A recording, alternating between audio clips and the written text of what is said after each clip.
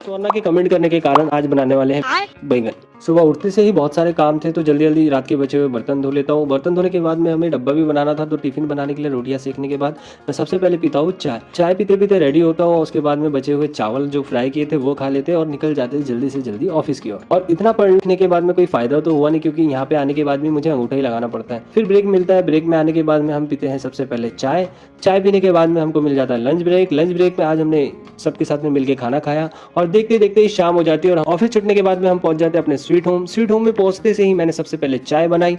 तो आज हम स्वर्णा के कमेंट करने के कारण आज बनाने वाले हैं बैगन। बैगन बनाने के लिए सारी सामग्री रेडी है और ये रहा चावल और सब्जी पक रही है। उसके बाद में बचे हुए ऑफिस के कुछ काम को निपटाने के बाद में हम बैठ जाते हैं खाना खाने के लिए। तो आज का खाना तैयार हो चुका है। ये रही आलू बैगन की सब्जी, चावल, रोटी। खाना खाने के बाद में फिर कर लेता हूँ थोड़े से कपड़े फोल्ड क्योंकि हमें ये अलमीरा में रखने थे। तो आज के लिए बस इतना ही। मिलता हूँ अगले वीडियो में। आज बहुत ज्यादा काम था। तब तक के लिए अपना ध्यान रखना गाइस। Bye bye.